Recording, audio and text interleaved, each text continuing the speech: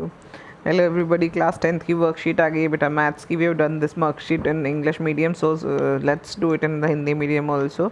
Hindi medium के students के लिए, और ध्यान से पढ़िएगा क्योंकि मैथ्स से बेटा बहुत ध्यान से पढ़ना पड़ता है। विविक्त कर, विविक्त कर बेटा डी होता है डिस्क्रिमिनेंट। ये क्या होता है और इसका मूलों की प्रकृति के बीच में संबंध क्या होता है, यानी कि जब आप डी निकाल लेते हैं, विविक्त तर जो भी है, ये मैं इसको डी ही बोलने वाली हूँ। डी का मतलब यही है, आप ये समझ लीजिए बस। चलिए पहले तो हम शुरू करते हैं। कार्तिकेय, द्विघात समीकरण के मानक रूप क्या होता है? A x square plus b x plus c is equal to 0 में 3x square minus 5x plus 2 से तुलना करने पर ए और बी और सी की वैल्यू क्या आती है? पल्लवी कहती है ए आता है 3, बी आता है -5 और सी आता है 2। कार्तिकेय, तो बी स्क्वायर माइनस 4ac का मान क्या होगा? तो पल्लवी निकालती है बी स्क्वायर यानी कि -5 का स्क्वायर जो कि हो जाता है 25, -4ac यानी -4, ए है 3 और सी है 2, तो 4 × 12 दूनी 24, 25 घटा 24 1। यहाँ पर बी स्क्वायर माइनस 4ac क्या है? इसे हम द्विघात समीकरण के मूलों की प्रकृति के बारे में कैसे ज्ञात कर सकते हैं? तो पल्लवी कहती है विविक्तर ये जो है, यहाँ पर बी स्क्वायर माइनस 4ac का मान 0 से अधिक है, 0 के बराबर या 0 से छोटा हो सकता है, जो कि मूलों की प्रकृति को बताता है। क्योंकि बी स्क्वायर माइनस 4ac ये निश्चित करता है कि द्विघात समीकरण के मूल वास्तविक होंगे या नहीं होंगे। ये इसलिए इसको डिस्क्रिमिनेंट भी कहा जाता है। बी स्क्वायर माइनस 4ac को क्या कहा जाता है? डिस्क्रिमिनेंट। मैं इसको कहूँगी डी, और आप जो भी कहना चाहें विवेक कर जो भी है ये वो आप कह सकते हैं। ठीक है बच्चे, तो डी की वैल्यू से ये डिसाइड होता है कि जो मूल हैं, जो आप हल निकाल रहे हैं, जो उसका आप निकालेंगे शून्यक, वो क्या होगा और क्या नहीं होगा, ये आप इससे पता लगा सकते हैं। और ये क्या है? ये होता है B square minus 4ac, B की 2 घटा 4ac होता है ये। इससे कैसे पता लगा सकते हैं अभी देखते हैं। मूलों के, अगर द्विघात समीकरण a x square b x plus c is equal to 0 में अगर ये ग्रेटर देन 0 है तो दोनों भी भिन्न वास्तविक मूल होते हैं। अगर B square minus 4ac equal to 0 है, दोनों बराबर होते हैं और वास्तविक होते हैं। अगर ये 0 से कम है तो कोई वास्तविक मूल नहीं होता, कोई वास्तविक मूल नहीं होता। यानी कि इन दोनों सिचुएशन में वास्तविक मूल आते हैं, हम निकाल सकते हैं। या तो ये ग्रेटर देन 0 हो या इक्वल टू 0 हो, या तो 0 से बड़ा हो या 0 के बराबर हो। अगर ये 0 से बड़ा है तो दो भिन्न भिन्न वास्तविक मूल होंगे, और अगर 0 के बराबर है तो दोनों मूल एक जैसे होंगे, यानी बराबर, एक ही वैल्यू आएगी दो जगह। ठीक है बच्चे, चलिए आगे चलते हैं। पल्लवी, मैं समझ रही हूँ, हम किसी भी द्विघात समीकरण के मूल कैसे ज्ञात कर सकते हैं? कार्तिकेय, देखिए कार्तिकेय बताता है, और ये फॉर्मूला हम पिछली वर्कशीट में कर चुके हैं। अगर B square minus 4ac greater than 0 या तो 0 के बराबर या 0 से बड़ा हो तो ये होता है फॉर्मूला। एक बार यहाँ प्लस रखेंगे और एक बार यहाँ माइनस रखेंगे। देखें यहाँ पर ये प्लस माइनस दो, एक बार प्लस एक बार माइनस, और आपके पास दो वैल्यू आ जाएंगे, यानी दो शून्य या दो हल आ जाएंगे। यहाँ पर बी स्क्वायर माइनस 4ac की जगह हम डी भी लिख सकते हैं, विविक्त कर जो भी आप बोल रहे हैं वो भी लिख सकते हैं। ठीक है बच्चे, चलिए अब आगे शुरू करते हैं। मैं आपको करके दिखाती हूँ एक्सरसाइज। क्वेश्चन कहता है 2x square minus 5x minus 3 का डी निकालो और फिर मूलों की प्रवृत्ति क्या होगी वो निकालो। चलो चलो बच्चे देखते हैं। 2x square minus 5x minus 3,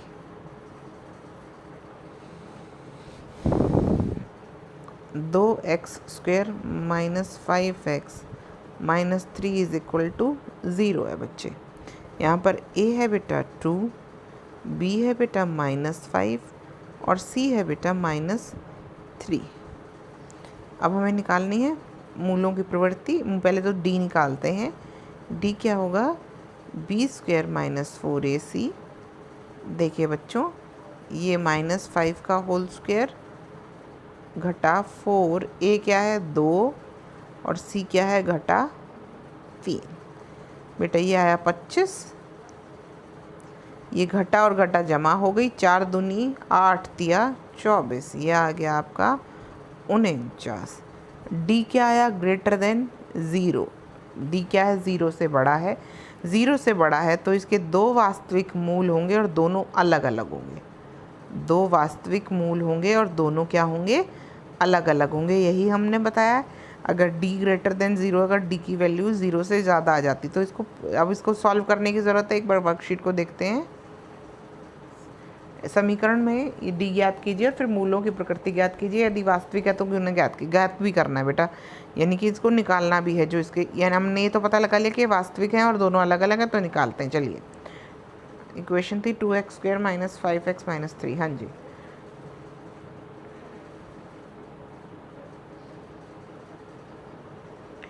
to x square minus 5x - 3 = 0।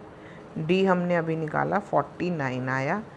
ए हमने देखा 2 है, बी हमने देखा -5 है और सी हमने देखा -3 है। अब हम निकालते हैं रूट्स। बेटा एक रूट होते हैं ये और एक रूट होता है बेटा ये -b, यानी कि माइनस और -5, तो माइनस से माइनस कैंसिल हो गया।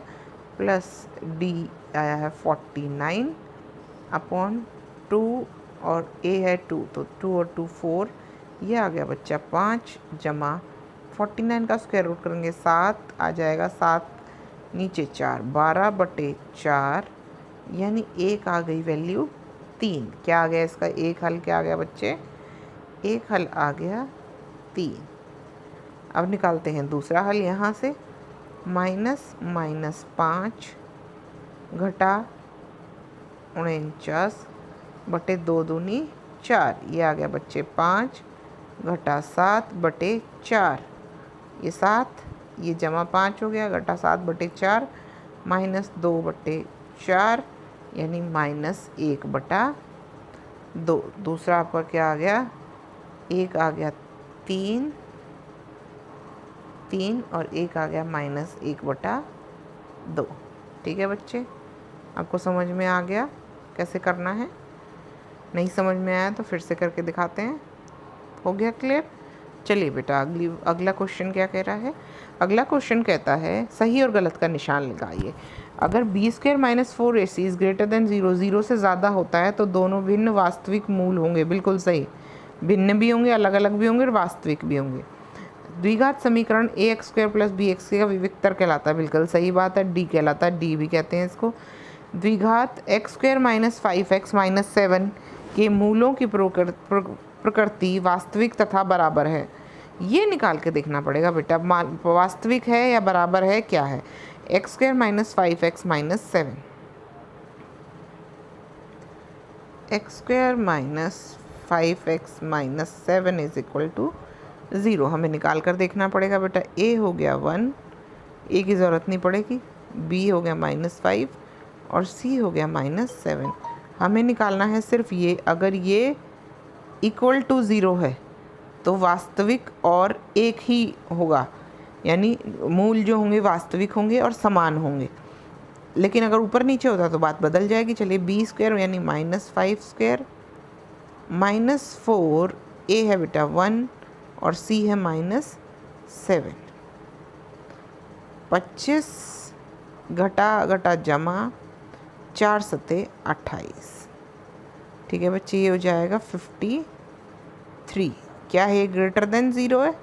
जब ये ग्रेटर देन 0 है तो फिर इसको सॉल्व करने की ज़रूरत नहीं पड़ेगी। ये वास्तविक होंगे और भिन्न होंगे, क्योंकि अगर = 0 होता तो वास्तविक होते और भिन्न नहीं होते, एक समान होते। यही हमसे पूछा गया था। मूलों की प्रकृति वास्तविक और बराबर है, ये हो जाएगा गलत, क्योंकि मूलों की प्रकृति वास्तविक तो है लेकिन बराबर नहीं है। आपको समझ में आया? कोई दिक्कत तो नहीं समझने में? चलिए चलते हैं, मिलते हैं अगली वर्कशीट के साथ। तब तक हंसते रहिए, मुस्कुराते रहिए, पढ़ते रहिए और पढ़ाते रहिए। बाय बच्चों, टेक केयर, गुड नाइट।